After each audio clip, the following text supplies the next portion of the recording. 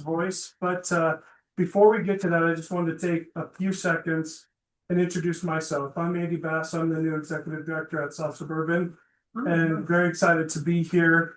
And been working with Devin. I think we have a meeting next Monday Yes. to talk and discuss about how South Suburban can be more engaged with charity.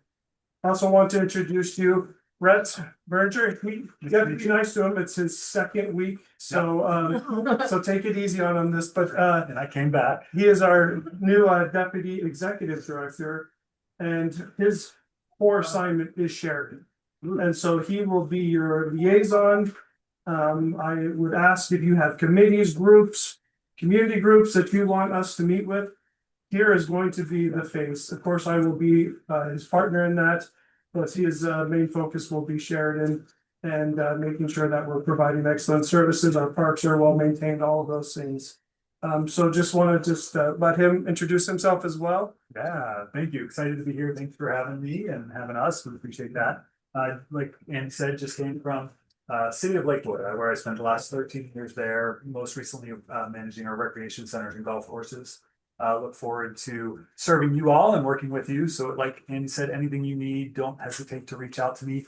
I'll follow up with my contact information. So you have that. You can get a hold of me directly anytime. And yeah, anything you need. Just happy to be a part of this team and working with you. Hey Brett, how do you spell your last name? Berninger, so BERNINGER. Gotcha. Thank you. You're welcome. So now I'll get out of the way. I'll turn it over to Melissa and Anna Claudia, our wonderful planning staff that will actually talk about what we're here to talk about. I just want to say hello. Some of your faces are very familiar. I'm Melissa Reese Stack. I'm the director of planning, and I've been with South Suburban for a little bit longer than the rest of South Suburban folks, about 26 years. So, but I want to introduce you to Anna Claudia. She has been working on the Bear Creek Trailhead. She's worked very closely with several members of the staff here, the community, Groundworks Denver. Very excited to share this information with you tonight.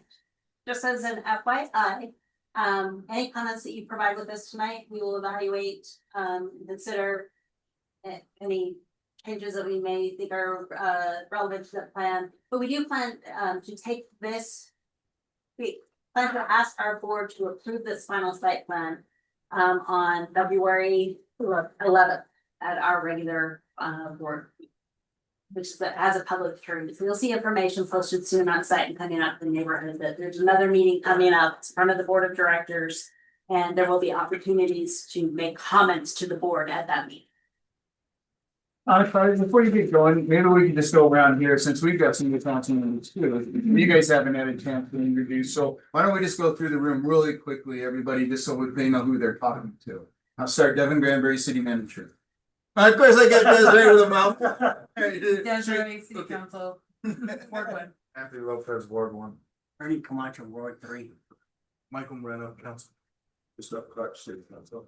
Sally Daigle, Mayor. Jay Whitaker, City Council. Then I'm Betsy Stewart, I'm the city attorney. I'm Jared Martinez, I'm chief of police. Holly England's the secret of the program manager. Ari Snell, I'm a planner. Alex Tiscareno, Sheridan Inspired Director. Andrew Ronnie, community development president. Wendy. I'm Wendy Brockman, the communications manager.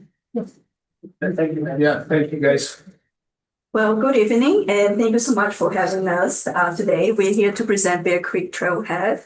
I was going to introduce Alex himself. He was a great part of the effort that you see today here.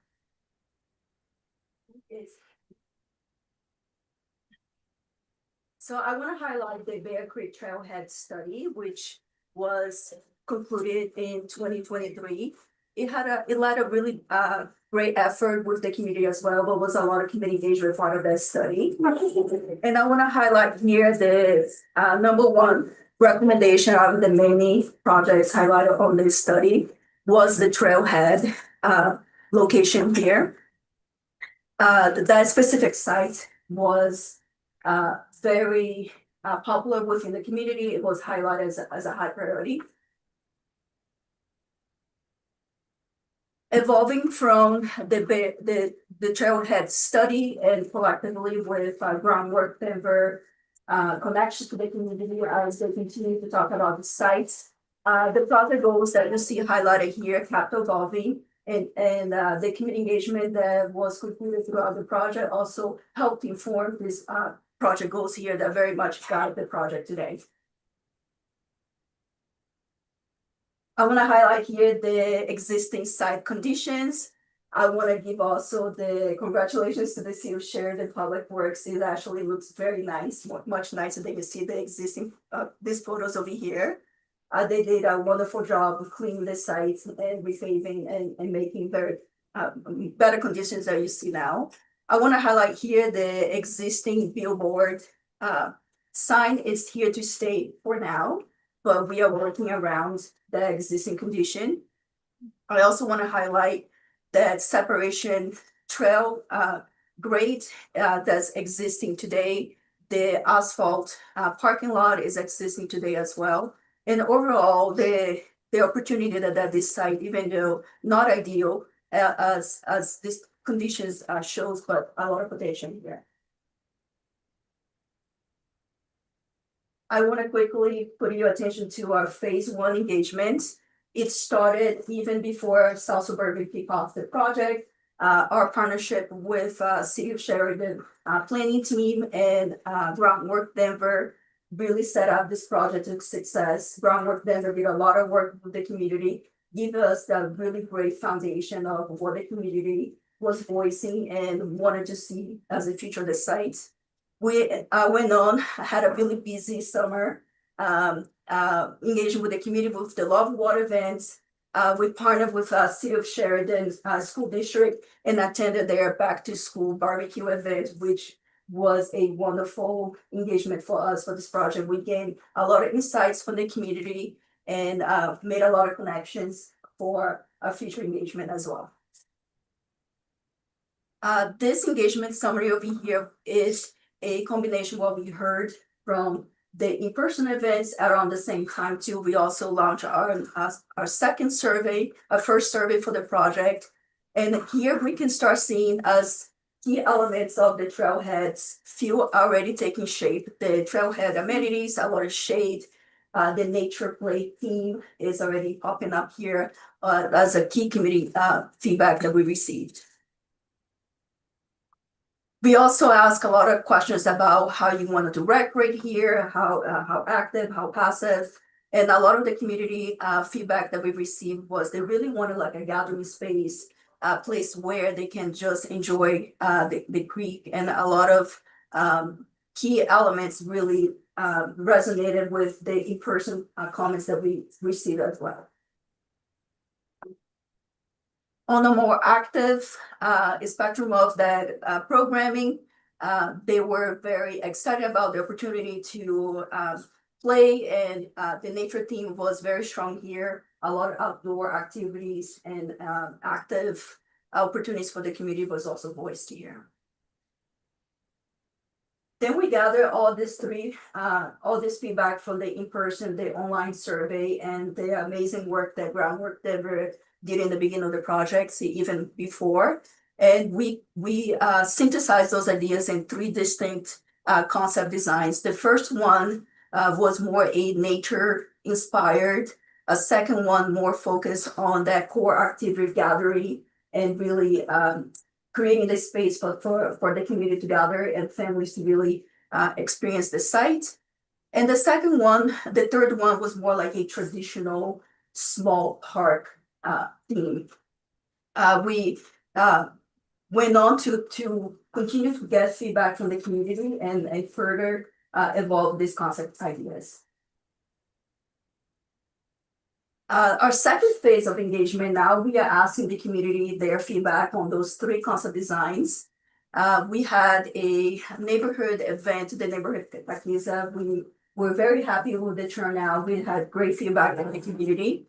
We also attended Sheridan Celebrates and they had a great feedback. We also got a lot of regional trail users or residents that were very much interested in the trailhead because either they used as a commuter trail or really enjoyed the trail as a connector for other elements, other destinations of that the trailhead connects to. And around the same time, we also had a online survey.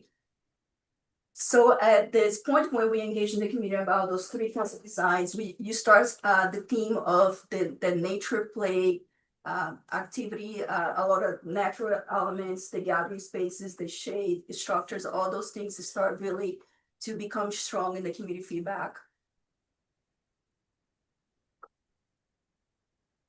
We continue to hear again that the nature inspired the social activities, the nature play, the connection with the trail was something that the community was really resonating with. And I want to highlight that the feedback that we received in person events and also the online survey was very close. We did not hear anything online that was very different what we hear on and in person. And that was something that was really nice for us to come full circle. We also held a open house most recently in January 15 at the Sheridan Rec Center. We are very happy with the meaningful feedback that we received. And we also have our second survey that's still open and still collecting responses from the community that's closing January 31st. And thank you for City of Sheridan partners to continue to help us promote that survey and all the engagement for this project. So the big review, the preferred site plan that we have here in front of you. I want to quick highlight the alignment of the trail remains the same. And you cannot see because of the meeting, but the alignment of the bridge is a little bit improved to allow safety and turning the pedestrian conflicts and any cyclist conflict has been greatly minimized by the realignment of the bridge and just making that circulation more efficient.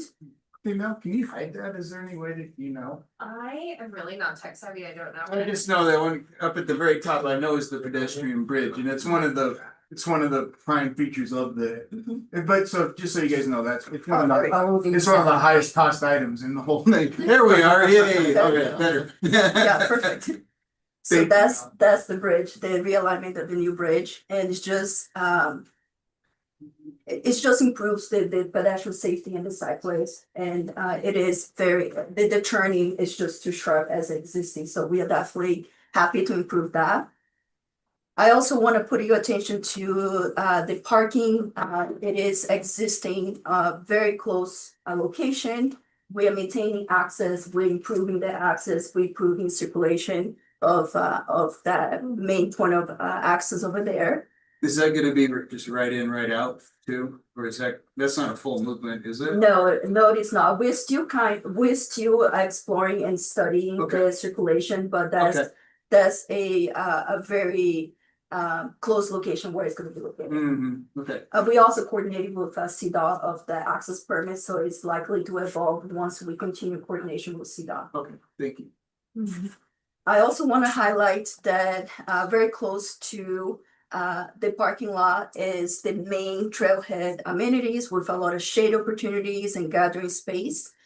And the graphic over here where you can see the pathway is the main circulation from the trailhead amenities for that core gathering space. And the circulation outside of the main core gathering space in the activity, it is different from the main trailhead circulation. We entertained in previous concept designs to really integrate that circulation, but we had a lot of comments and a lot of feedback, and then we decided that that's circulation from the main trail users, the commuter users that are just going really fast on their bikes needs to be separated from the community that actually engaging with the core activities on the small park. Overall, you can see the improvements around the park, detached sidewalk, and we continue to explore additional vegetation to create a sound and a visual barrier from the on-ramp of 285. Is there going to be any kind of barrier so that traffic it doesn't come onto the park or anything? Besides the detached sidewalk, Yes. uh, Yes. Like, if a car turn too wide and enter into the park, is there something there to stop it? there is an existing CDOT fence at the CDOT easement that's gonna remain. And besides that fence, only vegetation and visual barriers. Okay, We protected the core park activity a little bit inwards and the tragedy of a car coming in. The core activity, there is a buffer over there, with the activity being a little bit more closer inward in the site. okay. So we took that into consideration to the design. Question Sure. about lighting. So we do have some considerations for lighting. We are a little bit early in the design to determine what that will be. And we definitely will explore safety lighting for the parking lot and trailhead to be determined what else we will be able to implement on throughout the park amenities.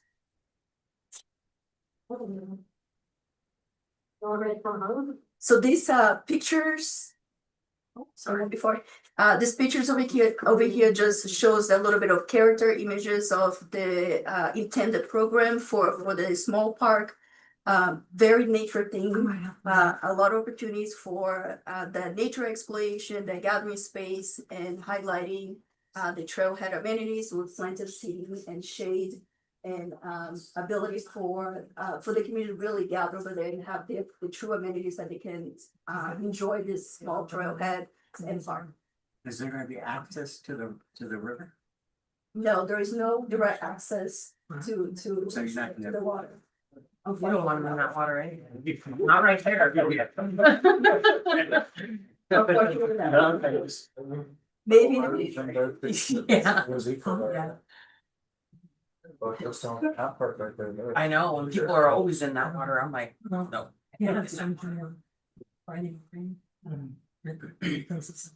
How many parking spaces, do you know?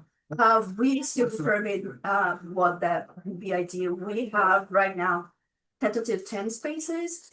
The continuation of coordination with CDOT and the space and the circulation, the egress will define that a design development, the next phase of design.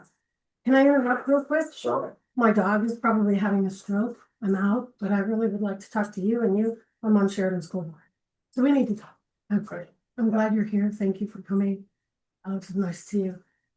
And I have lots of questions, but I'll ask later. Gotta go. Let us know what happened. Good luck. Thanks, bye. Hmm. And then our mayor pro tem Michael Marino will take over from here, so. So the renders over here continue to show the character. This is the detached sidewalk going towards inwards in the site. It has that pathway that connects the trailhead amenities with the future core amenities of the park. Just give you the character that is nature theme, and it is something heavily influenced by the creek and the community feedback that we received to date. Then we have the other view, so this is coming from, it's standing a little bit closer to that billboard, existing billboard, and looking towards Federal. You can see that small gathering spaces and how the circulation really start framing in the core activity, and the vegetation will provide that visual buffer and that sense of enclosure of keeping the community on that area and protecting them from the movement or vehicular movement in Federal Boulevard. Then let's talk about project budget. This is a preliminary project budget. It is on the higher end because we do have a bridge replacement, which likely to take majority of this budget. We hope that we can build in one phase. And we are being very conservative with the numbers, but this is what we're aiming for. It's going to be between 1.5 and 2.25 million. We anticipate being more on the higher end. This is just a quick overview of the project timeline. We are here at the closure of the concept design. We have still a lot to do. We have design development next phase where we're gonna determine a lot of the details that that the more that he refine concept design is gonna be evolved in this final design. And then we enter permitting and we hope to be able to build this project one phase in 2027.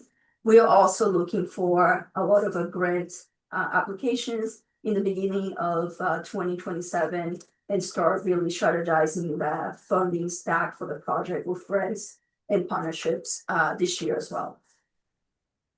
And I wanted to give a gratitude for the city for the city of Sheridan planning team. They were very helpful for us to work on this project. I also want to give a shout out for Groundwork Denver, Alex and Mary. They were a joy to work with. I don't think we would have done such amazing communication without their partnership. They are so well connected to the community, and I just really enjoy working with them. And then I think they made it this engagement, this success that it is today. So I just want to give the opportunity to say thank you for your partnership, and hopefully we can work again in another project in Sheridan soon. So I'm gonna pause here and allow more questions if you guys have more questions on that. I do have a question, but first, thank you to South Suburban and you guys' partnership on this. That's is making this possible, and this, we've been wanting to do something at this site for a long time now, and we really appreciate the partnership with South Suburban, with the county and others. We had a lot of, Alex, thank you for all your help on it. There's been a lot of people that have been involved in this and a lot of effort, so wanna thank everybody on that. And real quick, and I don't wanna go down the rabbit hole too far, but the I know you talked to me briefly about it, the billboard and status of that billboard. Maybe you can just clue everybody in on that real quick. Sure, so The quick version, like that, yeah. so when the city of Sheridan acquired the property, we also acquired the lease on the billboard that's out there. So that lease was renewed in, I think, 2021 for 10 years. So it's there through at least 2031. That's if we opt to not like end the lease sooner, and there might be a termination provision where potentially we, would owe them money to terminate that lease sooner. So we're planning right now to just leave the billboard there. It is off to the side, so it's not really impacting anything that you saw on the screen tonight. We also get a little bit of revenue from the billboard every year, and that escalates as we get closer to 2031. So we're kind of the opinion, let's take the money, let's build around it, and then in 2031 we could look at maybe doing something different in that area. And I just think, because you guys will probably get some questions on it, especially when construction starts over there, people are gonna go, hey, what's happening with the billboard? So that's kind of where we are on that. I have a question on, I think we discussed this a while back. About having a welcoming center or like something.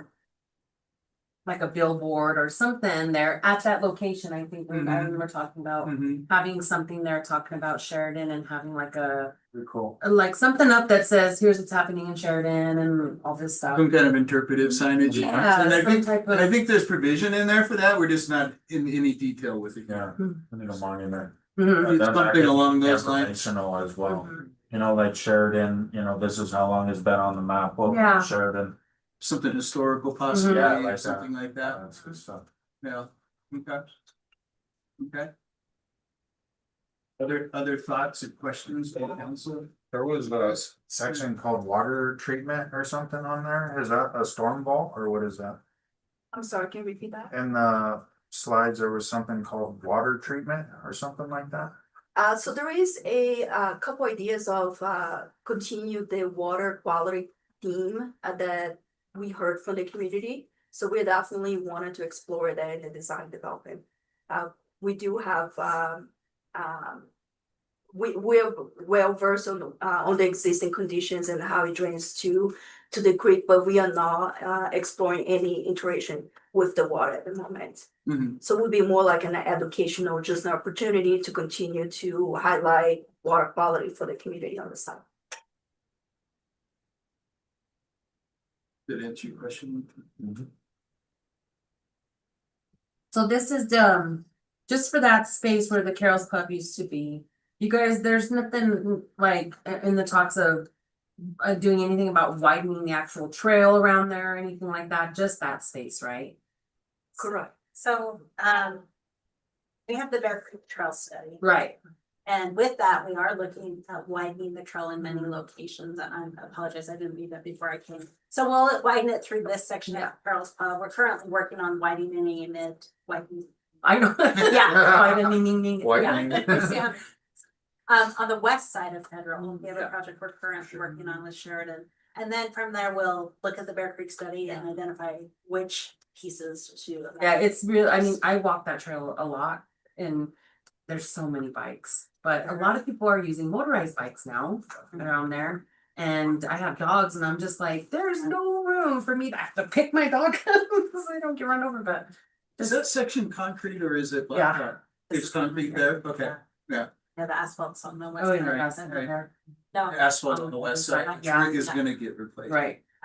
So it's a multi-year plan, and it's a partnership between South Suburban and the city, and we intend to bring in Arapahoe County Open Spaces as a partner and other opportunities to. I think specific to the trailhead, we're targeting, instead of a standard grant with Arapahoe County, a joint partner grant, which allows the county to contribute up to 50% of the project costs versus the standard 600,000 for a regular grant. But that would depend on getting more partners than South Suburban and Sheridan. So we're looking at Great Outdoors Colorado. There's a private donor who's interested in improvements in the Sheridan, Eaglewood, Littleton area. And then any other opportunities we can identify as we move forward. Was that bridge outdated, or did it show it needed to be replaced, or was it just the angle of the bridge? It's the angle of the bridge. Yeah, it's really And then, sharp. And then the way that let's call that the west approach, or it's kind of super elevated, it's kind of, you can pick up Yeah, on the it's the speed golf right course there, side, yeah. right? So we want to correct some conditions out there. Thank you. Any other comments or questions? Thank you, guys. We appreciate you coming and making your presentation. Thank you. Yeah, thank you. Yeah, thanks. Next on the agenda will be the review of the 2025 sustainability program presented by the sustainability coordinator. Alan.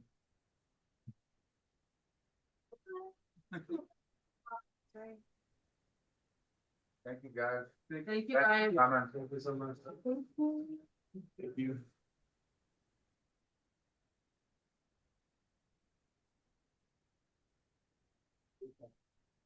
All right, great to be here with everyone, Mayor Pro Tem, council members. As was stated, I'm Melanie Lynn, the Sustainability Program Manager. Joined here virtually with Aiden Lawton, who's our Green Business Program Coordinator, to review the 2025 Sustainability Program successes. Next slide. So for tonight, I'm going to go over a really brief background of the sustainability program for our newer council members. I'm going to go over really briefly, why does sustainability matter? Why do we have a sustainability program? Then we're going to go into progress to date. Then we'll dive into the great 2025 accomplishments and highlights. This is also where Aiden's going to jump in, give some really great highlights and accomplishments of the Sustainable Business Partnership Program. And then we'll end with a 2026 look ahead before we go into Q&A. So for some background, back in 2022, Sheridan City Manager and Englewood's Deputy City Manager were talking about how Englewood had just hired a sustainability position. They were starting a sustainability program. And long story, insanely short, from that conversation blossomed Sheridan's sustainability program through intergovernmental agreement between Englewood to time and cost share my position and launched their own program. So I work for the city of Sheridan 1 day a week and for the city of Englewood the other 4 days.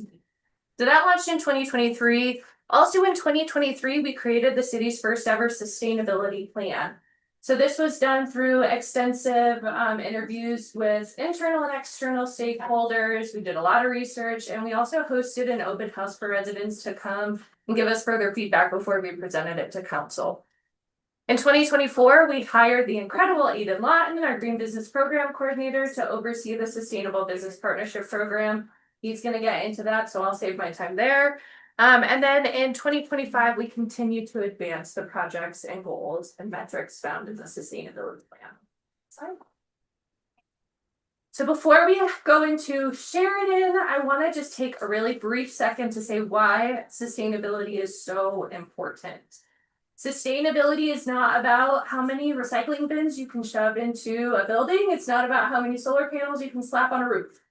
Sustainability really is about how well prepared is your community to adapt to the changes in climate that we're already seeing. Very hot summers, if you're looking at this winter, lack of snowpack there, worsening air quality, so on and so forth. But it's also how are we as a community mitigating further harm through the reduction of greenhouse gas emissions. So having a sustainability plan, having a precautionary instead of a reactionary plan, very financially conducive for a community. And it also shows your residents, not only are you taking climate change and sustainability seriously, you're also very much taking their health and their well-being seriously as well. Next slide. All right, so back to Sheridan, back to our sustainability program. I love this slide. I love the numbers on here, but I mainly am just focusing here. For total projects, we have a little bit under 60 total projects listed in the sustainability plan. Our program has only been around for 2 years. We're already over halfway done with hitting all our projects. Caveat there, what do we do in the first few years? We do the low-hanging fruits. It's gonna be harder, but it's a good sign. It's a very good sign. Next slide. So now going into what accomplishments help make up those completed projects. We're going to start in order of here to here, just very briefly. So in our energy, built environment, and land use section, we applied and got into Xcel Energy's free Partners in Energy program. It essentially is a program that helps municipalities do energy planning. And we did a beneficial electrification plan that went to council at the very, very end, I believe December of last year. And essentially this plan helps give us a roadmap for how best to electrify our buildings and our transportation. So that was completed in 2025. We also entered into a contract with Energy Systems Group to implement a comprehensive municipal energy plan. To implement the plan that we made. So that means we're going to have solar for the first time at our municipal buildings. We're increasing our energy efficiency, which helps save energy costs. An all over comprehensive package. And then we also updated the code to no longer allow environmental nuisance land use within the city of Sheridan.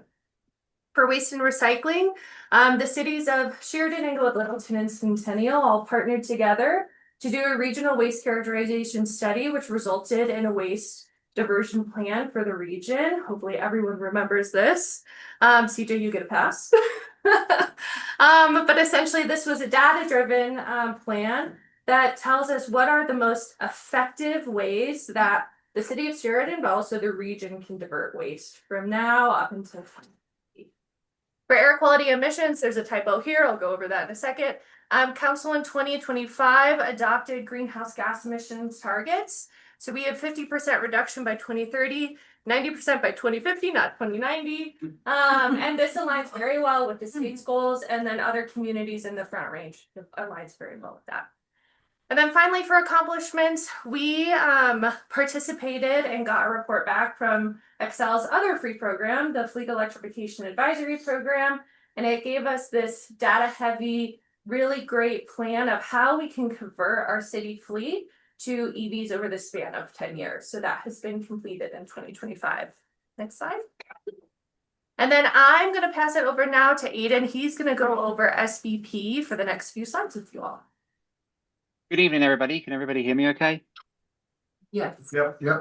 Awesome. Fantastic. Thank you so much for the time this evening.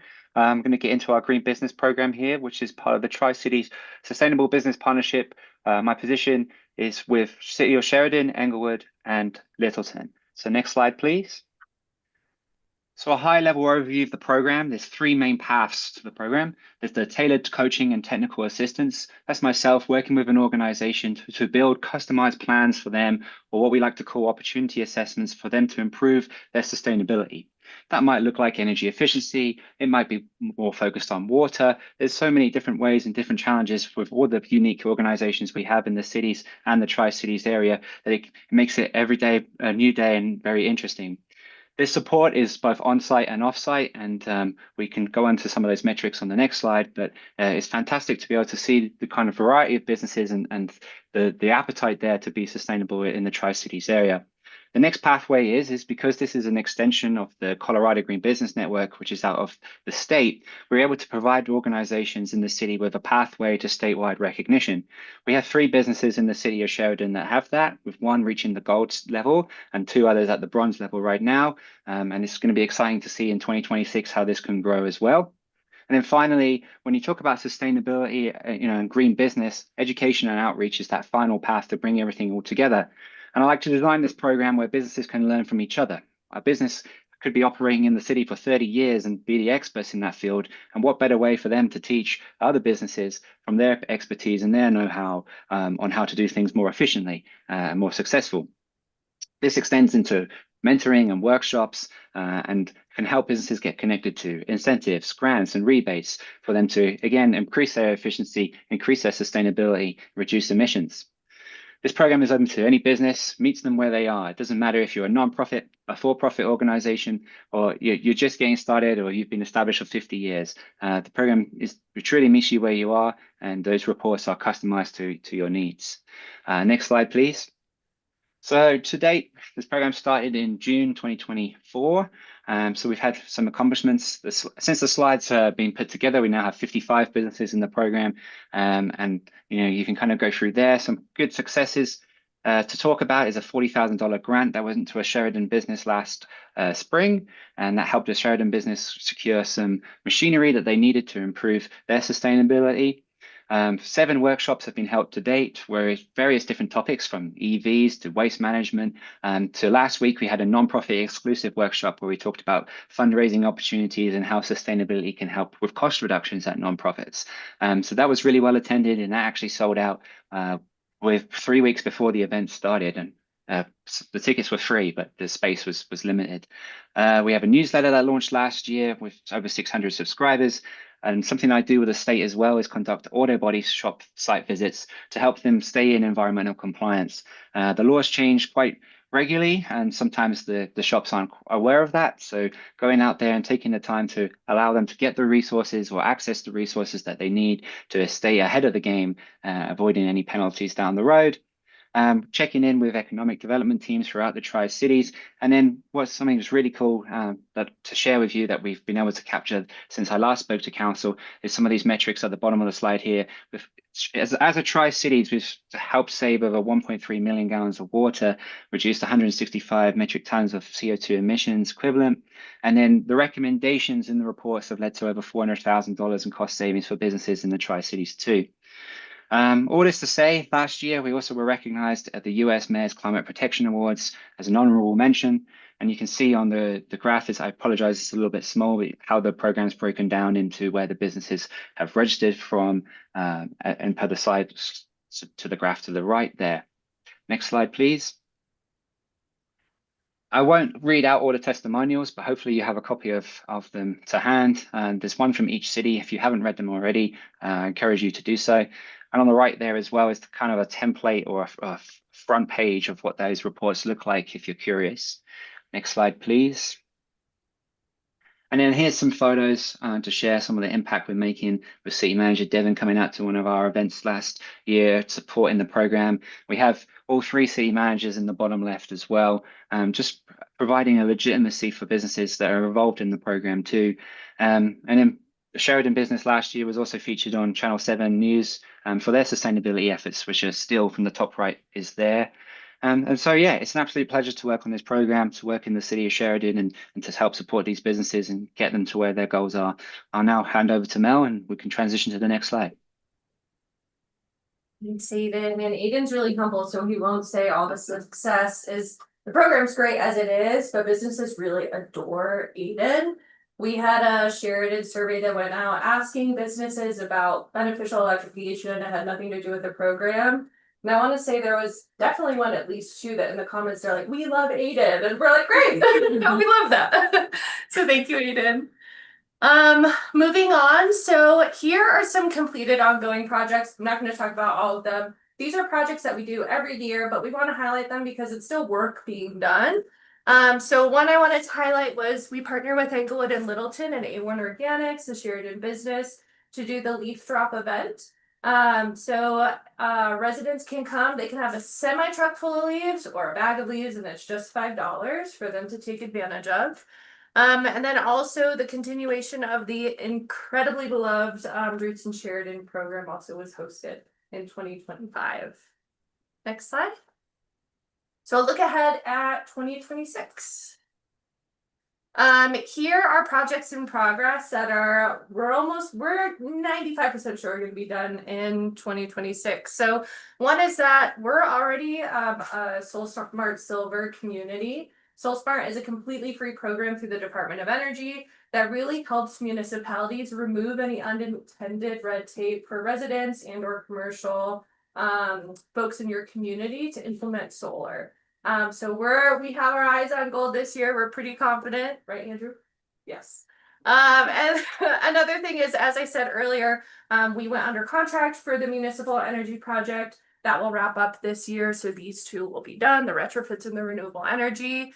And then the last thing I want to highlight is something super exciting. So the Denver Regional Council of Governments got a $200 million grant through the EPA to advance building electrification. They gave subawards to the communities in Dr. Cog of no match funding to help them with building electrification. Sheridan got $300,000 to do this.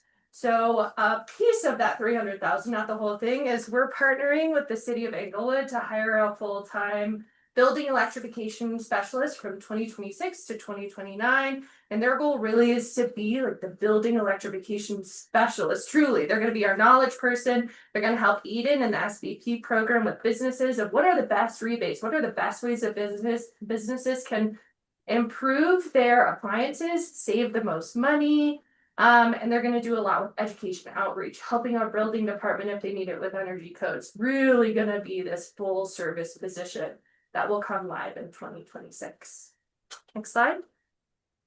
And so with that, I just want to say thank you, City Council, for your continued support for sustainability and helping making sure that Sheridan is a clean, lovely place for folks to live. Thank you. Any questions, comments for Mel or Aiden? We like Eden, and we like Eden. Aiden, I hope you heard that. It cut out a little bit. What was that? I'm sorry. They said we like Aiden. Oh, thank you. Yeah, I appreciate it. I like you guys too. One of my favorite stories is in Englewood, we did a business to business outreach. And I started for him because he was new, and then he starts talking, and the business owner was like, "Oh, I hope he does the rest of the thing." I was like, "No, don't worry." I'm relaxing, sorry. All right, great. Thank you all so much. Thank you, Mel. Thank you, Aiden. Thank you. Everybody, I would just like to introduce Maddie. She's a very busy person, so we have a little bit of a conflict. But she is our new Sheridan Inspired full-time community connector. And so if there are any engagement opportunities or any cool projects that you'd like to invite her to be a part of, she's been with us maybe a little bit over 3 months and has just hit the ground running, has made a lot of connections in the community, with organizations as well as with just participants. And so she will be with us full time, working here in the community. We're hoping to find an office space somewhere on this side of town, so that she can really be immersed. But yeah, please feel free to reach out. There's some needs. Thank you so much. Thank you, Alice.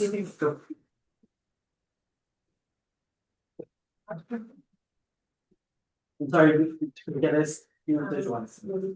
No, well, I just want to say, well, thank you for the invitation to be part of the city. Yeah, Saturday Fair, I started in September last year. I've been part of Sheridan Inspired. I usually be a community connector in another neighborhood close to in Denver, so I know a little bit communities around Sheridan and people, residents and communities, so I offer to help and to sign projects. Thank you. Thank you. Thank you. All right, moving on to agenda item. Very quickly, so agenda is pretty straightforward tonight. We have second reading on two ordinances that you had from the last meeting, gray water, and I'm going from memory. Was the other one? Gray water, and then there's the registration of vehicles and driver's Right. license regulation. Okay. And it didn't seem like council had any questions during the first reading. Any questions since then that have maybe popped up on anybody? No, comfortable with those? Yeah. Okay. Very good. Thank you, thank you. Thank you, Alex. And then we have a resolution, both during the regular session and then also during the SRA meeting. And this is for execution of a contract for our financial services. And so this is with Elevated Clarity, which is the company that Teresa works with. And they have a wealth of experience. Of course, we've had Teresa here for a number of years now. She knows Sheridan inside out. I'm very pleased to have her be able to continue providing services to the city through this contract. And again, one for the city and one for SRA because they do provide financial services for both of those entities. And just to hold on, I want to just make sure that I tell everybody correctly. I made some. Let me just get to that item back in because wanted to make sure that we look at. Should have opened this up for you. So,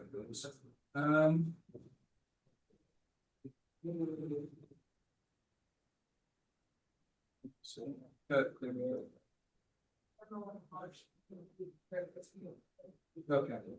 So, just to touch on it really quickly, in your packet, this is like 878.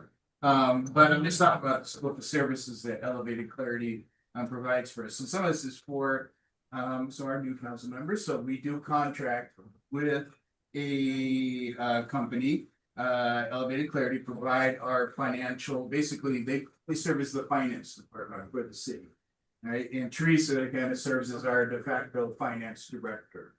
She's our primary contact with Elevated Clarity. So they do a number of services for the city. One of the nice things about having a contracted service, we get these services not only Teresa, but they're also the other people that work for that company and their principals who have a lot of experience in different public financial services that they provide and work for years and years and years. But just to give you a flavor, so they do all of our financial reports. They direct and manage financial contracts and services that the city has. They do the annual budget for the city. They do project management for the city. They do make sure that we're in compliance, financial compliance, local, state, and federal laws. They manage our debt service. So the debt that the city holds, making sure that we are staying current on that and making all the reporting that we need to do that goes along with that debt service. They do the general ledger for the city. They produce the financial statements and forecasts for the cities. They do the control environment, which is basically kind of the checks and balances and making sure that we have the correct number of signatures and on everything that needs to be done and working with the banks to make sure that that is all everything is correct with those financial institutions as far as those controls. They do payroll processing, cash management, account recons, basically anything financial. So they do quite a bit for the city. Teresa probably does most of that, so she's our primary, but there are some other services that come through the contract as well that Teresa might not be the primary on. So this contract is for $144,600. It's a not to exceed amount on that. We get all those services over the year for that amount, which is a pretty good deal. That amounts to about 1,000 hours, almost over the year of financial services. So and then again, you'll see very similar contract with the SRA agenda tonight that just we need to execute that since those are two separate entities and they provide services, they each need to have their own contract with elevate clarity. Any questions on that? Okay, okay, good. Andrew, do you think we got enough time to go through there, or do you wanna wait? It would be kind of, Probably wait, especially to do give us that. some more time to get upstairs and get all the equipment. let's do that, okay? Yeah, Michael, if that's all right with you, we'll have, during the regular meeting, we'll have Andrew go over his annual, report that they do for us, which is very, very educational. I don't wanna shortchange it, because we only got 10 minutes, so. Yeah, okay, I can do my manager's report if we wanna go through that. Sure. Okay, let me pull that up. Now.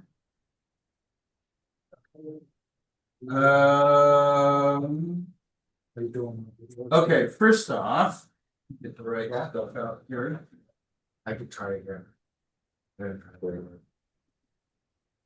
The Arapahoe County Mayors and Commissioners Youth Awards. This is something that's an annual event, youth awards at the county and the other municipalities in Arapahoe County participate with providing scholarships to youth. And we are a primary sponsor. We give $500 towards this. The other cities giving their donations.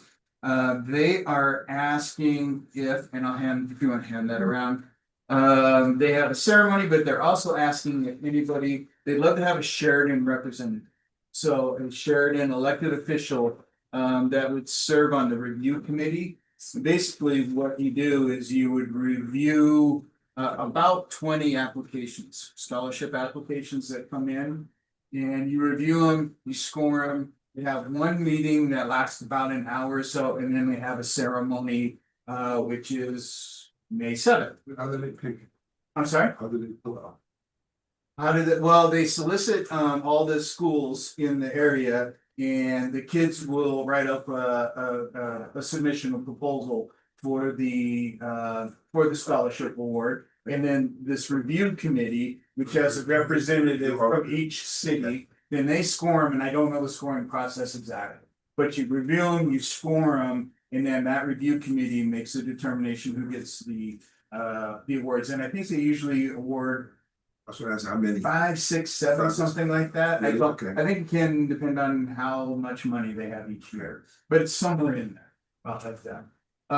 So I told them I'd ask tonight if we had anybody on council that would like to serve as that, and then everybody's welcome to go to the event if you want to.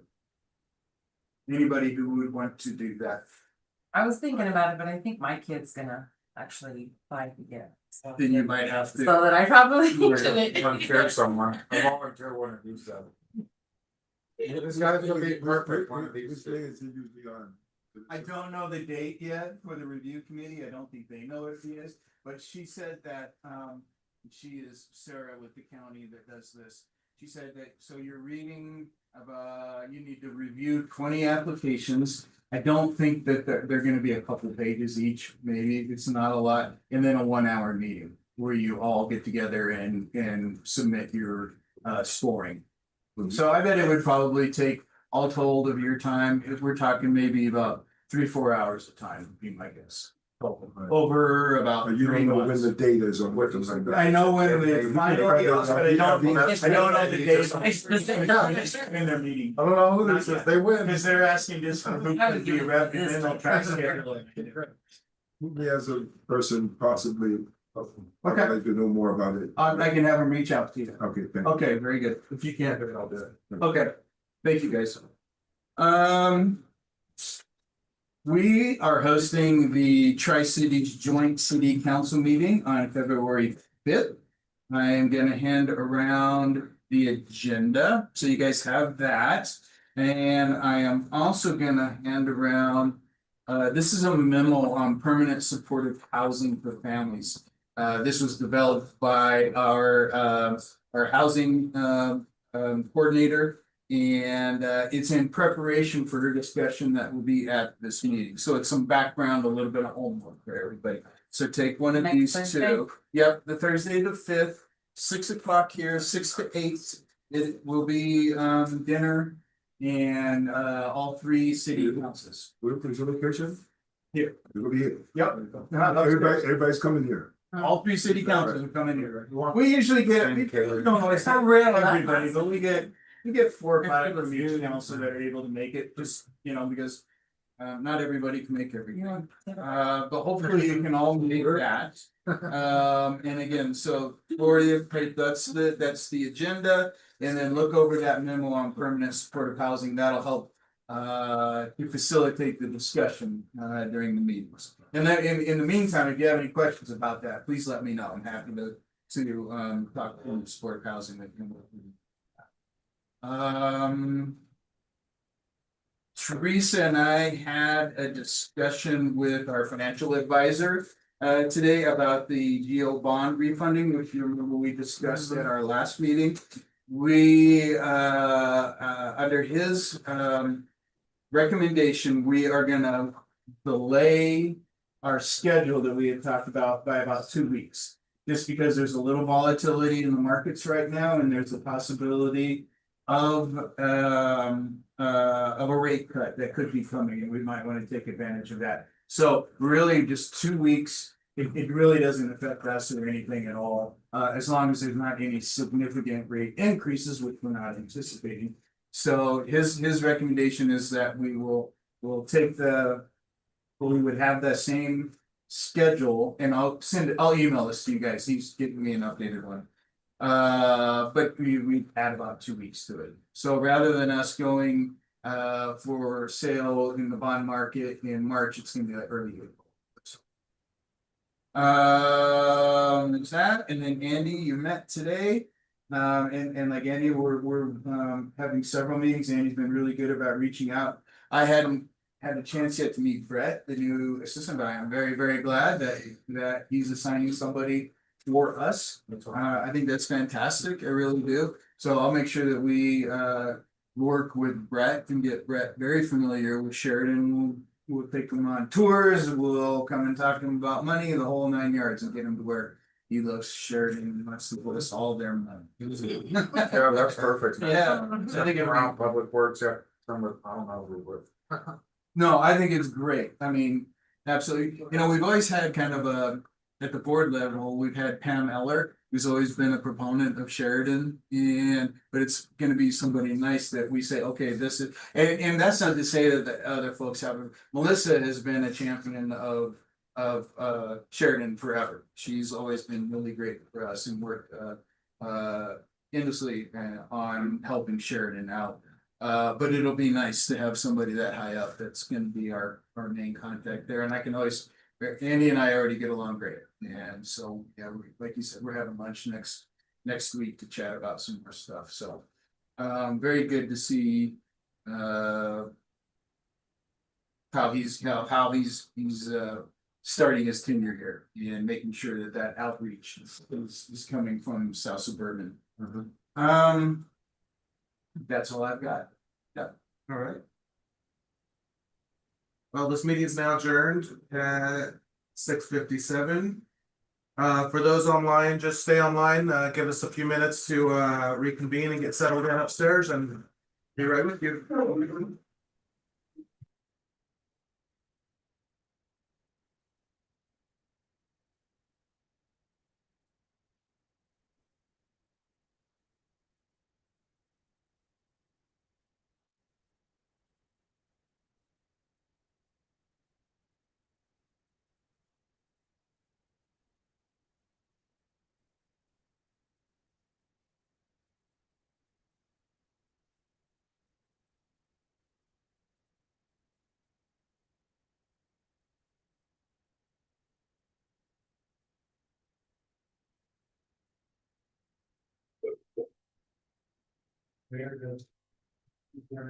Yes.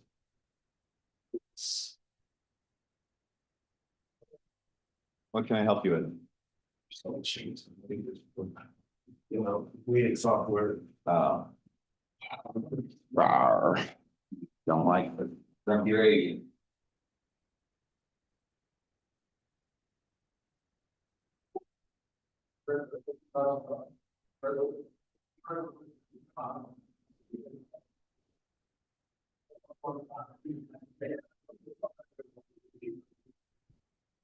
Those days growing up, because I keep thinking we're done and stuff, learning.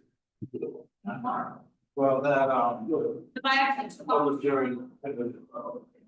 Yeah, that meeting.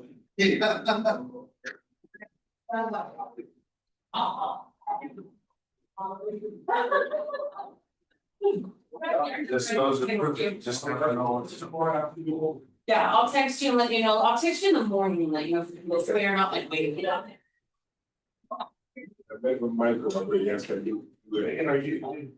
So I switched over, so you switch my evening to or? No. Give me 1 second, let me just check that out.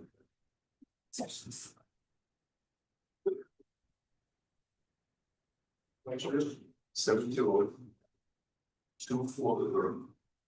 3927.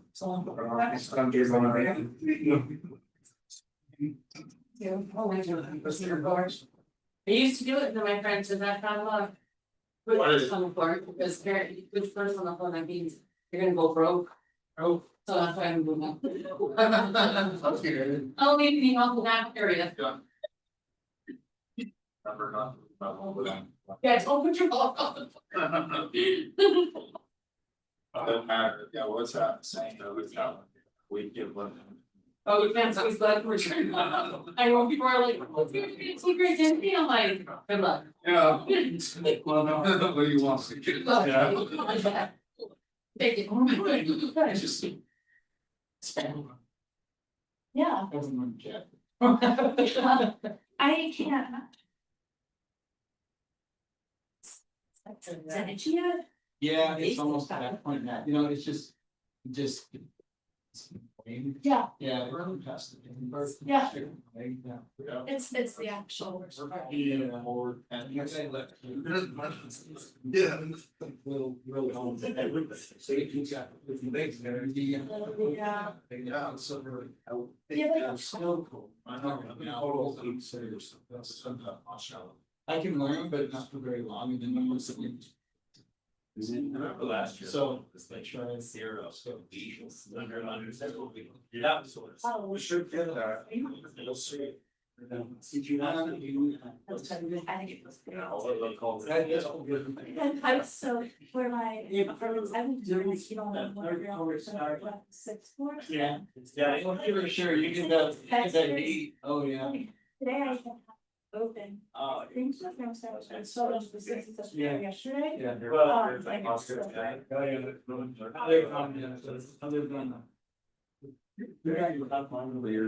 Apartment building, I'm buying. Well, I could. Yeah. But, where I was, yeah. Yeah. I was June.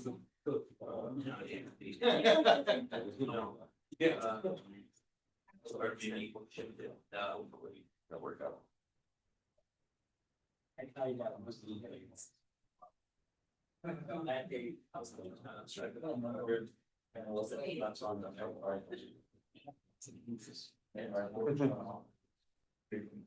Well, the guy comes, if I read the cans, so these counties without the.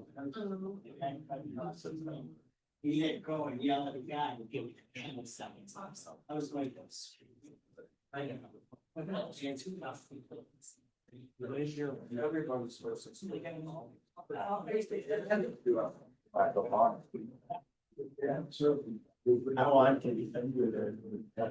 All right, I will call the January 26, 2026 meeting of the Sheridan, of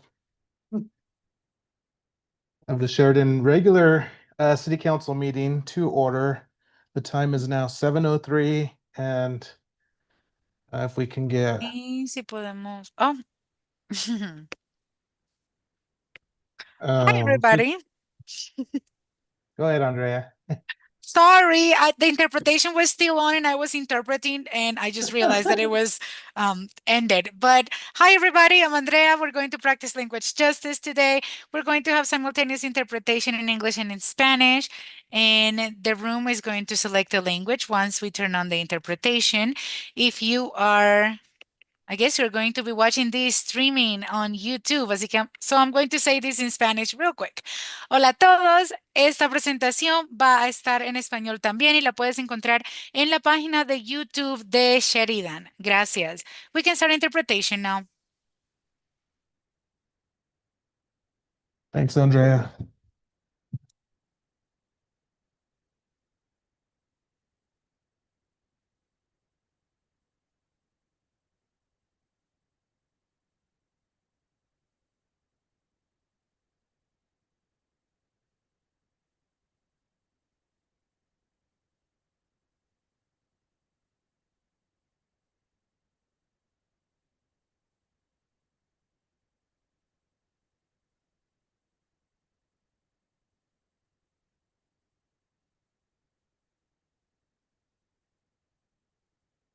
All right, if we can take roll call, looks like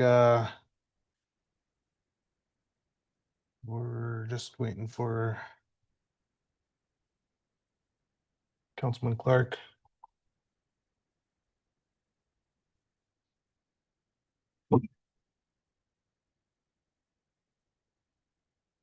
All right, we've got Sally is absent. We can get Let me make a motion to excuse Sally Daigle. thank you. Second. Got a motion and a second. If we can get a vote.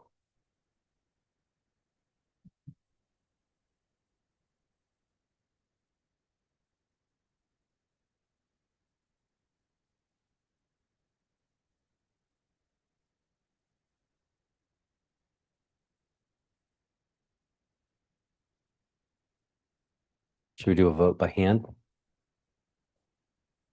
You're good. Yes, let's just do a roll call vote. Councilman Anthony Lopez, Yes. Councilman Camacho, Yes. Councilman Clark, Yes. Councilwoman Stang, Yes. and Mayor Pro Tem Mark Warren. Yes.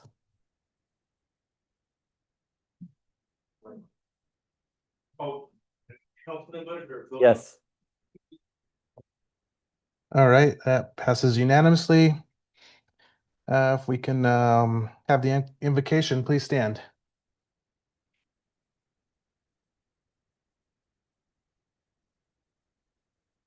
Gracious God, as we come before you today to discuss important matters, we ask you for your guidance and wisdom. You are the source of all knowledge and understanding. Therefore, we seek your direction in our decision-making process.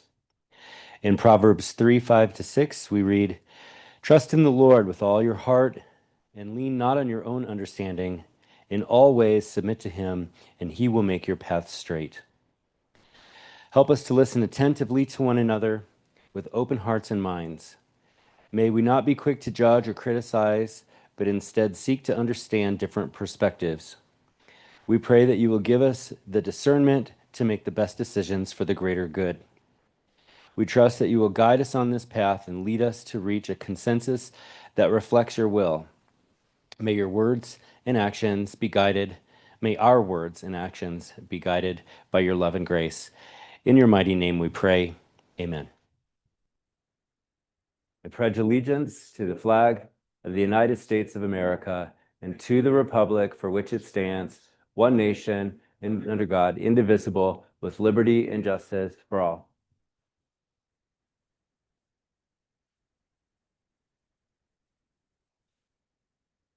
All right, we have the agenda approval. Reagan, are there any changes to the agenda? No changes to the agenda. All right, now we have the financial reports.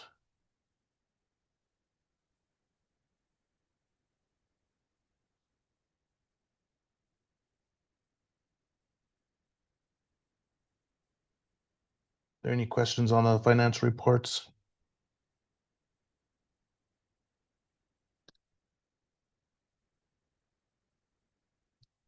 Hearing none, we've got a motion from Councilwoman Stang and a second from Councilman Camacho. Can we get a vote?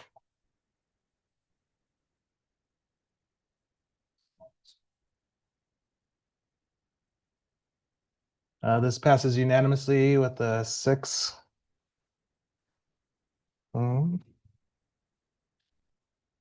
Next, we have staff reports. City Clerk? Nothing to report, Mayor. Thank you. Attorney? Yes, so our office is working through some upcoming land use code amendments with Planning and Zoning Commission as well as the Planning or Community Development Department. One will relate to the introduction of a solar code, and the other will relate to ensure that the landscaping in this city complies with state law. I would anticipate those will come before you at some point before end of Q2 or so, but they'll go back through planning and zoning. But we've been working on those items. Other than that, our firm brought in a new police legal advisor. We hired a new senior associate. Her name is Michaela Salaji. She is the new police legal advisor with our firm. She came in last week when I do office hours and got to meet, she'd already met the chief and she already knew Commander Ledger actually from her time in Denver. But she came in, she got to meet some more of the staff and also the rest of the police department. And we're just happy to have her, and you'll likely see her at some point. She'll probably come in here, but she'll be more behind the scenes in that role. So unless you all have any questions, that's all for the city attorney's office. Thank you. City Manager? Thank you, Mayor Pro Tem. I don't have anything additional from my report during the work session, but I'd like to go ahead and invite up our Community Development Department. Do you guys want to do that now, Andrew? Okay. I invite our Community Development Department up to walk council through the year-on report that they included in their packet. So I'm going to turn it over to Andrew. Thank you. All right. Thank you, Devin, and good evening, council. I want to thank you all for giving us the opportunity twice a year to put this report together. We like to do our reporting usually around the middle of the year in July, and then do kind of an end of year report for that second half of the year here in January. So we had a pretty comprehensive report this evening. I want to thank Ari and Nathan specifically for their help in putting this together. We had a lot going on in the second half of last year, so it definitely took some time, but I'm really proud with how it turned out. You have the full memo in your packet this evening. I'm happy to answer any questions that you might have. I'm going to touch on a couple of items and then I'll have Ari go over a few items as well. So just starting with our current land development cases right now. There's an update in there obviously about Flying Saucer, and even as of today I have more updates for you. So Flying Saucer, so this is the rezoning over at 2500 West Hampton Avenue. The Garrett Companies has submitted their site development plan and preliminary plat. So they are right on schedule with their intentions for that property. And we actually have a meeting coming up here on Wednesday with them. It sounds like they either have or are about to sign a contract with a relocation consultant who will begin working with the individual lots down there in the spaces, people that are potentially living in their RVs. We're coordinating with them on potentially holding some office hours, maybe at this building or over at the library as that effort gets going. So hopefully have more to share after this Wednesday once we hear from them directly what they're planning, but you'll probably be hearing about that in the coming weeks. And moving on, we've had some pre-plannings second half of last year. I'm going to talk a little bit about some of our grants that we've been working on. First one I want to touch on, so you heard tonight about the Bear Creek Trailhead and all of the wonderful planning that we've been doing that with South Suburban and Livable Cities Studio. Our other project that we're working on that's funded through Arapahoe County Open Spaces is the Bear Creek Trail Widening Project. So that's looking at the trail from Federal up to Irving and hopefully widening and improving that segment of trail. I'm really excited. We actually had a meeting with Xcel Energy today. One of the biggest issues we've run into with that project is there's at least one, but potentially multiple Xcel poles that are kind of in the middle of the trail. So the trail was kind of put in after the electric utility installed their poles. So in some places, the asphalt is literally poured around those power poles. So that is a condition that we're hoping to get rid of through this widening and improvement project. It's been tricky getting Xcel to respond to us. So we were really excited today. We had our governmental affairs representative out here, kind of walk the trail a little bit. It's been at least a year or two in the making that we've been trying to get a hold of him. So really great progress.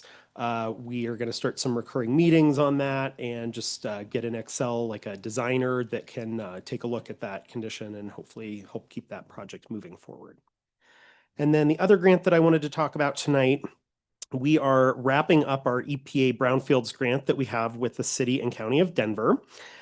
We've pretty much expended all of the funds on that grant. That was a $500,000 grant that was awarded to the city and county of Denver. Sheridan was we kind of like co-applied with city and county of Denver along with the Urban Land Conservancy. So very excited to see the results of that grant. We actually used some of that money to help us acquire the Carroll's Pub site. And then they prepared a really nice map that showed kind of where the money went for all the different projects between Sheridan and Denver. So that was the last page of your staff report this evening. And pleased to, announce the final accounting, we received about 47% of the funds of that $500,000 that was awarded. So I think, it was a partnership between Denver and Sheridan, and we definitely got our fair share or potentially more than our fair share on that grant. We also had a lot of kind of peer-to-peer learning with Dave Wilmoth over at the City and County of Denver, and then attended that Brownfields conference in Chicago last August. So that kind of leads me into the next phase of that grant, where we are going to apply or have applied as of this afternoon for our own EPA Brownfields grant. So working with Ari, we got that application turned into the EPA. It was due this Wednesday, so I'm really excited that we got that application finalized. It's submitted, it's in the system, and we don't have to think about it until they announce the awards, hopefully here this May. So that was a pretty big lift. We worked very closely with Terracon. They're an environmental engineering company. They do a lot of the work down at River Point for the individual systems in the buildings, the methane vents that you see throughout the complex. So they did a lot of work on that grant application, and we're just really proud with how we pulled it all together. So hopefully more to report on that when we do our mid-year update to council. Those were a couple of the big projects I wanted to touch on, and I'm going to turn it over to Ari for some additional updates.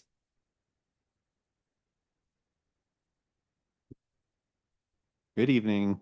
I just wanted to touch on one grant. On page 5 of the memo, the DRCOG Livable Centers set aside. So in December of 2024, we awarded $100,000 from DRCOG. This is technical assistance for a small area plan. Sheridan is small enough to be a small area plan. So this grant will focus on transportation and housing options within the city. It will all be administered through DRCOG. There was no match from the city. And then through meetings last year with DRCOG staff, they wanted a competitive bid process, and $100,000 kind of small change. So we actually did dual procurement with Edgewater, because they're also a small city with small needs. And so we were able to select a consultant last year, and I think the contract will be finalized in the next couple of weeks, and then we'll actually get started. Took a while.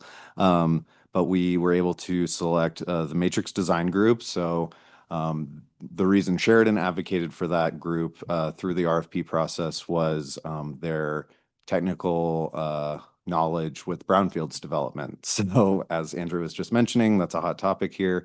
And their big project they're working on is the National Women's Soccer Stadium in Denver. So they're doing the technical ground remediation, vapor mitigation if necessary, things like that. But they're very familiar with designing things on brownfields. So we're hoping that they can bring some of that expertise to the planning phase of things, policies that we could implement for our own brownfields development.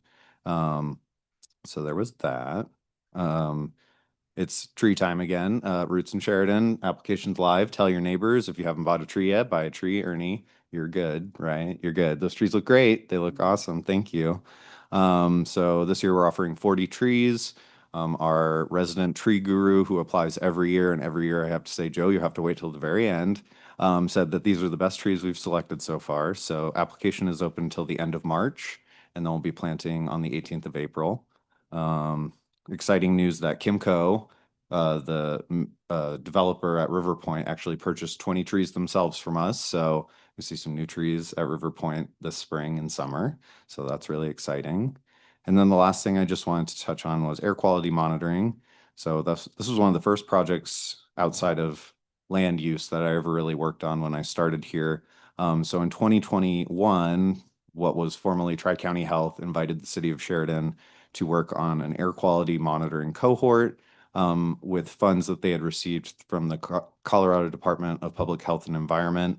That group again applied for an EPA grant in 2023 and was awarded, they applied and then Tri-County dissolved and then we were awarded. So Adams County took over the grant administration. So we've worked with Adams County and municipalities in both Arapahoe County and Adams County since 2023 on continuing air quality education and monitoring throughout our community. We host 2 stationary sites, one at Broken T and another at Sheridan Square Park.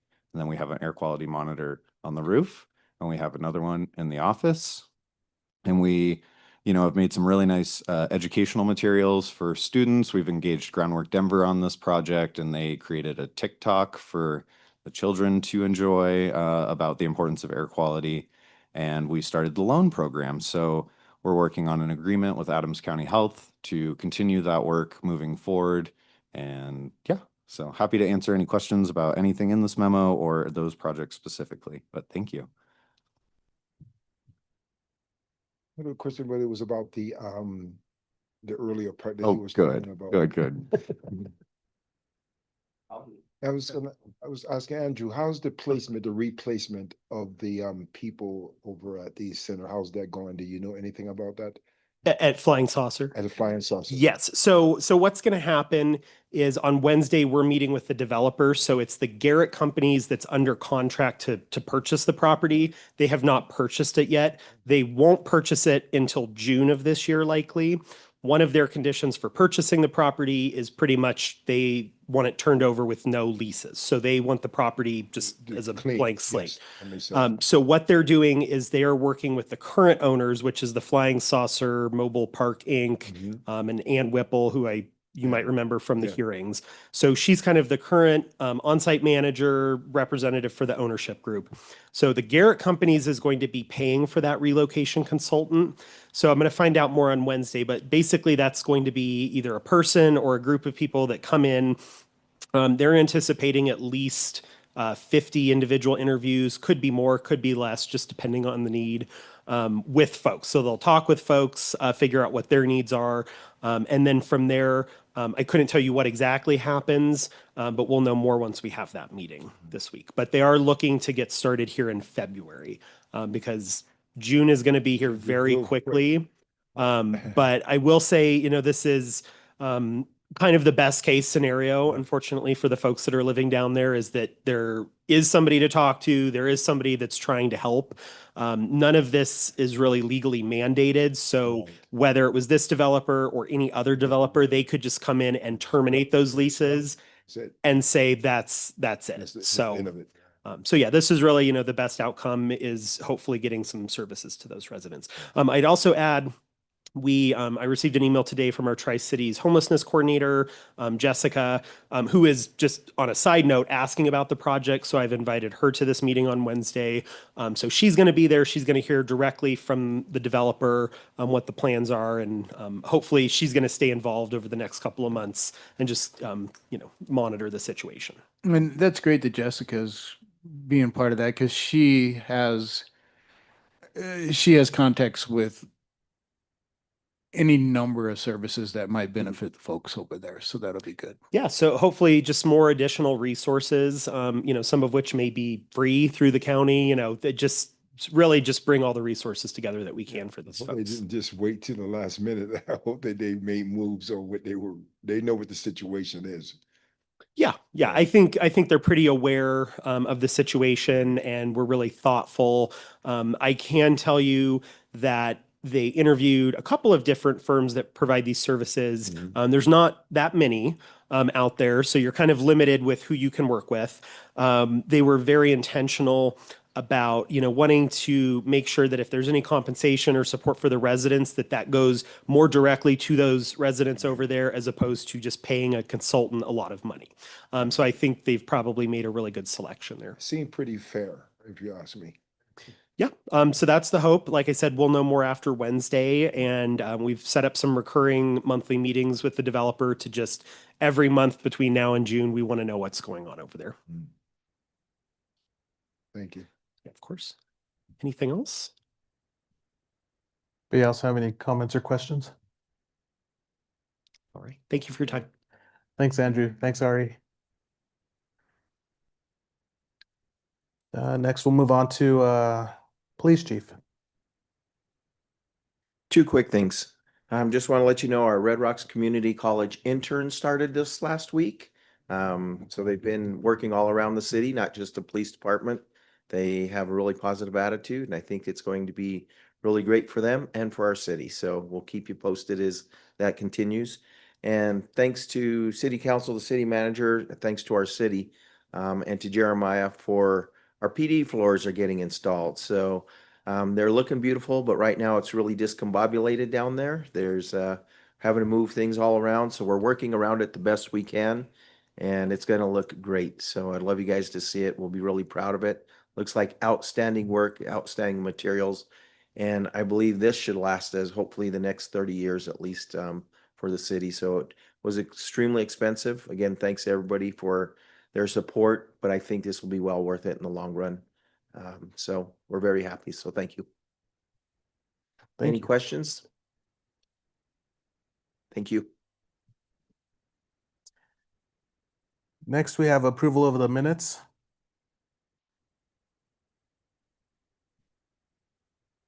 We have a motion by Councilman Camacho and a second by Councilman Lopez. Any questions on the minutes? You can get a vote. Passes unanimously. Next, approval of disbursements. Authorization, authorized disbursements that have been or will be made from January 1st, 2026 and January 15th, 2026 in the amount of $669,232 and 33 per the reference transfer of funds. We have a motion by Councilwoman Stang, a second by Councilman Whitaker. Do you have any questions on the consent agenda? As for the vote, passes unanimously.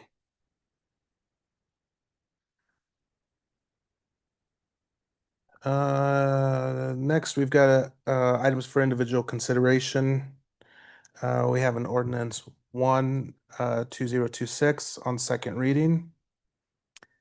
An ordinance of the City Council of Sheridan, Colorado, prohibiting the use of gray water and the installation of gray water treatment works within the city. Got a motion by Councilman Whitaker, a second by Councilwoman Stang. Are there any questions? Any staff comments? Okay. Anyone from the public who would like to speak on ordinance 2026?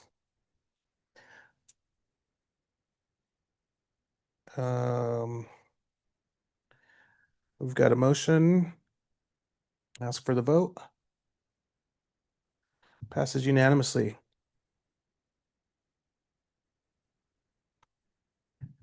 Next, we have an ordinance 2026, an ordinance of the City Council of Sheridan, Colorado, amending section 38-33, repealing section 38-43.11 of the Sheridan Municipal Code regarding registration of vehicles and driver's license regulation. Any questions on the ordinance? Any staff comments? Just for the record, this was discussed at the last meeting during the work session and council spoke and everything there. So there's a record of this being discussed. Thank you. Anyone from the public who would like to speak on this matter?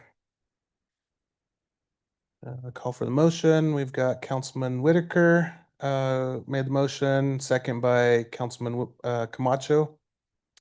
Ask for the vote. Passes unanimously. Next, we've got resolution 6/2026, a resolution of the City Council of Sheridan, Colorado, approving an agreement between the City of Sheridan and Elevated Clarity for financial and accounting services. Any questions? Any staff comments? No comments. We've got a motion by Councilman Lopez and a second by Councilwoman Stang. Call for the vote. Passes unanimously. Next, we've got mayor's choice, and I've got nothing to update at the moment. Council member's choice. I have one. I'm not quite sure how to bring it up. I'm sorry. I know in light of what's going on in the world right now, Denver is proposing a mask law.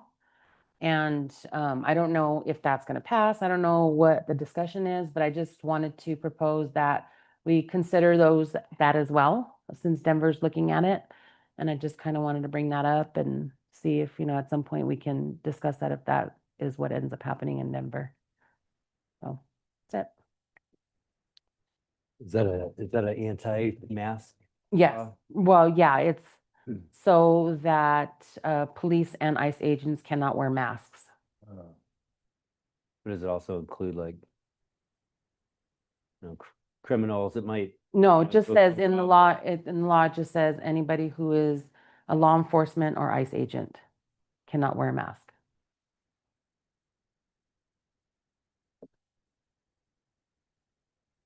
Thank you. Are there any other council members? Just a quick comment.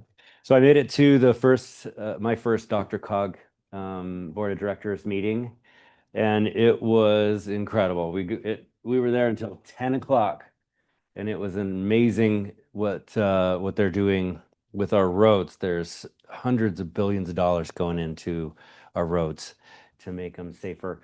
And when you mentioned, Desiree, about being on the trail with the motorized bikes, that was a big topic of discussion. They're studying that to see how to accommodate this new genre of the motorized or electrified two-wheeled bikes without ruining the quality of life for other people that want to use those same trails. But it was really interesting to see the depth that RTD and Dr. Cog go through to make efficient public transportation. And I guess the biggest one affecting us would be from Dartmouth North on Federal. They're adding a whole bus lane, which ought to be pretty neat. I just couldn't believe the amount of dollars, it's hundreds of billions of dollars going back into our infrastructure and overpasses. And it's just really exciting to be a part of that. And it's great to represent the city there. And then I have one clarifying question for Councilwoman Stang. Yeah. Was just so I understand clearly for the direction, that is, if Denver proceeds and that passes, then the council would like to consider it. I at would that like time. to discuss it, yes. Understood. Yeah. Okay, then if you in the meantime happen to see that's passed, I will monitor as well. Okay. But I will table that on my end until that occurs. Perfect. Thank you. I just want to make sure I have Thank clear you so direction much. and you aren't coming back in a month. Yeah. Thank you. Thank Great. Thank you. We'll make sure we're monitoring that, because I don't think they have a final version Not yet. yet. I'm not sure. And what I am sure is that it will end up in court. So, but we can monitor that for sure. Okay. All right, any other comments? All right, we'll move on to public comment. Any individuals registered to speak? Seeing none, we will adjourn this meeting at 7:32 p.m. We'll move on to Sheridan Redevelopment Agency.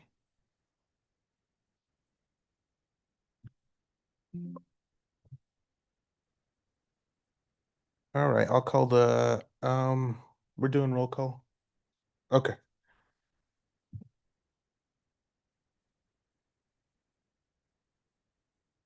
So I'll call the January 26, 2026 meeting of Sheridan Redevelopment Agency to order. It's 7:33 p.m. and all members are present. Do we need to excuse Sally again? Is she? Yes. Okay. I would do the same thing as last time as a motion, second, and then vote. Is the software up or do we need to roll call? I'll just do it. Okay. If we can get a motion to excuse member Daigle. Make a motion to excuse Mayor Daigle from the meeting. Second. Get a motion by member Whitaker and a second by member Stang. We can get a roll call. Yes. Yes. Member Clerk. Yes. Member Stang. Yes. Member Moreno. Yes. And member Whitaker. Yes. All right, that passes unanimously. Thank you. Approval of minutes, minutes of the Sheridan Redevelopment Agency, meeting of December 8th, 2025. Got a motion by, member Stang and a second by member Whitaker. You can get a vote. Passes unanimously. Next, we have financial reports. Any questions on the financial reports? Hearing none, we'll ask for motion. We've got a motion by member Stang and a second by member Camacho. We'll call for the vote.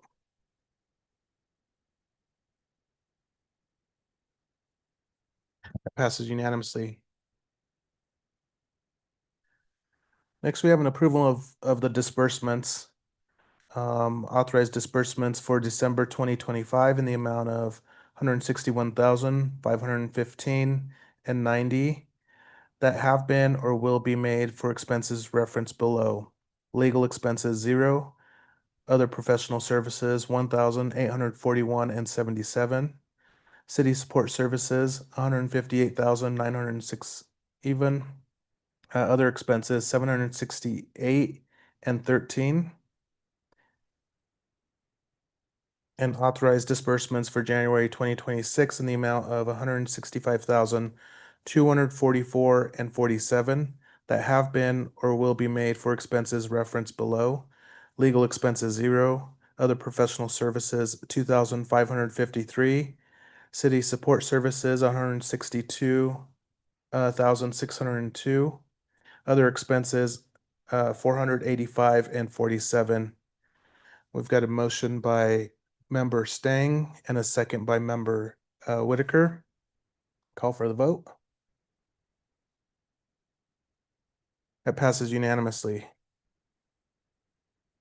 Next, we have Resolution 1, 2026, a resolution of the Board of Commissioners of the Sheridan Redevelopment Agency of Sheridan, Colorado, approving an agreement between the Sheridan Redevelopment Agency and Elevated Clarity for financial and accounting services.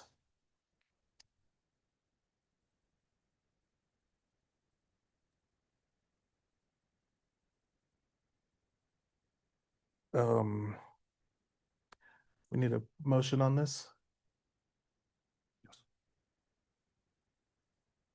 Is it not coming up? Ah, it's just blank. Yeah. Oh, great. Virtually, if you want. There it is. How about now? We've got a motion from member Whitaker and a second from member Stang. Do we have any questions, comments? Hearing none, we'll call for the vote. That passes unanimously. Next, we have new business, the Teresa report for August 2025. Good evening, everyone. Can you hear me? Yeah. Okay, good. Sorry. So first, before we start with the Teresa report, I did want to thank you. You approved the contracts tonight for Elevated Clarity for the city and SRA, and I did want to thank you. It has been a privilege to work with the city and the SRA. I started in November 2008, so been through a lot. And I just wanted to tell you all that I can say this because I've worked with a lot of different boards. The reason this works so well is you have a city manager and staff and you as council that is all working together and working for the city, and that makes it work. That's why it has been successful. That's why you guys continue to grow and do projects. So it's, you know, you guys make my life easier. So thank you. And thank you for approving both contracts. And I hope to continue making you guys happy. So I will stop there and then I'll continue on with the Teresa report. So, hey, I'm super excited. Krispy Kreme is coming.